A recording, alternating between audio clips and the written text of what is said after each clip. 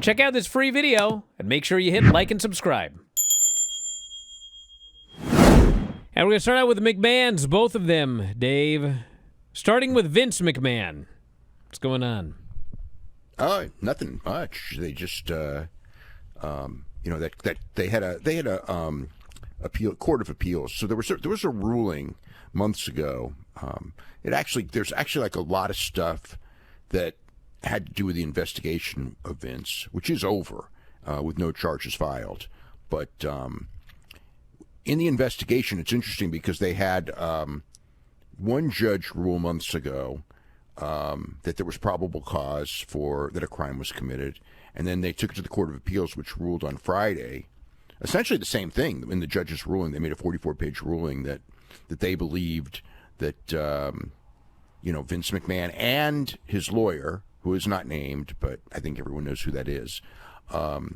Apparently, the deal with when Janelle Grant came out in the new lawsuit last week and talked about how and played the phone, basically had the phone message where Vince is talking about how basically that Jerry McDevitt would not lie for him at the audit meeting, so they had to have the thing settled because Jerry, if they didn't, Jerry would have to tell them about the ongoing negotiations, and in doing so, it would expose the affair. And he said that could take him out of the company, it could cause him a divorce, and he's basically pressuring her. You got to sign by a certain date because if you don't, and it was like she had like 2 days notice basically. If you don't sign, all hell's going to break loose. Please sign, by the certain date, which is her,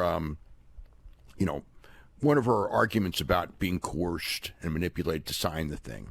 The NDA itself, it's in very clear language in the NDA that, that it has to go to arbitration and there could not be a lawsuit. And she did file a lawsuit, which totally goes against the NDA. So basically she's trying to say that she was coerced and pressured into signing it, which, so that's the deal. However, what they found was in a previous NDA where there was an audit committee meeting while they were negotiating but had not finalized it, the lawyer involved in speaking to the auditors, did not bring it up. So he withheld the information from the company. And Vince did, of course, we know Vince did as well. Basically the deal is that there was a ruling because the lawyer, when the prosecutors were trying to get all the information on all of the stuff that was going on, he withheld about 208 pages worth of documentation, saying it was attorney-client privilege, and the prosecutors argued that he should have to turn them all that stuff over. And it should be noted that WWE turned everything over that the prosecutors wanted. Vince McMahon did not, or his lawyer did not. And they said because we were investigating a crime, attorney-client privilege should not, is not a way to avoid this. And so the lower court ruled that yes, he has to turn it over. So Vince, the lawyer, they appealed to the Court of Appeals, which ruled unanimously 3-0 that in fact the original ruling stands and they do have to turn all this stuff over. However, there's no investigation going on because that was closed. So the most interesting thing there was a lot of details into that previous case. From the woman from the mid 2000s who claimed that Vince came on to her, forced her to perform oral sex at one point. She told him no more, nothing, it's not happening. And then he sent her to OVW and eventually got rid of her. And this was like 2006-ish when this all went down. And maybe 2005, 2006. And then many years later, she came back and threatened to sue him for $18 million. And before the suit was filed, they had a meeting, the woman and Vince and the lawyer, and they agreed to a $7.5 million settlement, which was $1.5 million a year for 5 years, which he did pay.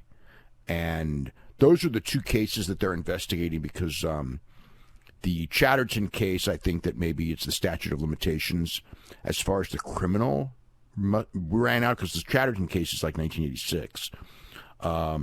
Although she was allowed to file suit, which is why Vince settled with her for several $1 million as well in the end of 2022, because the law had changed in New York, which allowed a 1 year. Basically, there's a 1 year period where anyone who was alleging victim of a sex crime, going back as far as you want to go back within the state of New York. And her allegation was, I believe, in Poughkeepsie, but it was in upstate New York, or mid-state New York, I guess. Are you one of those youngsters today who listens to Spotify? I don't even know what it is. But I do know this. All of our podcasts are available at Spotify.